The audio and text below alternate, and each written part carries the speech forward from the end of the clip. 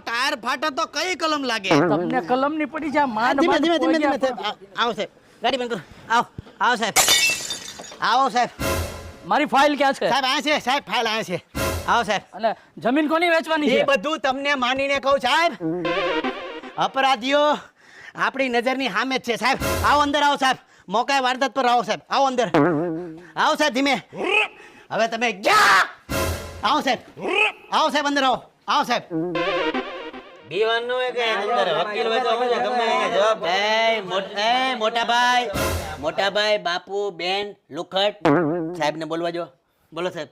હવે સાહેબ આલ્યો કાગળિયા જમીનના, આમાંથી બેનનું નામ કમી કરાવી સિક્કા મરાઈને બધાને વેચી નાખજો. વેતી ના કર દો એટલે હવાદીનો સોયટો છો હું હે?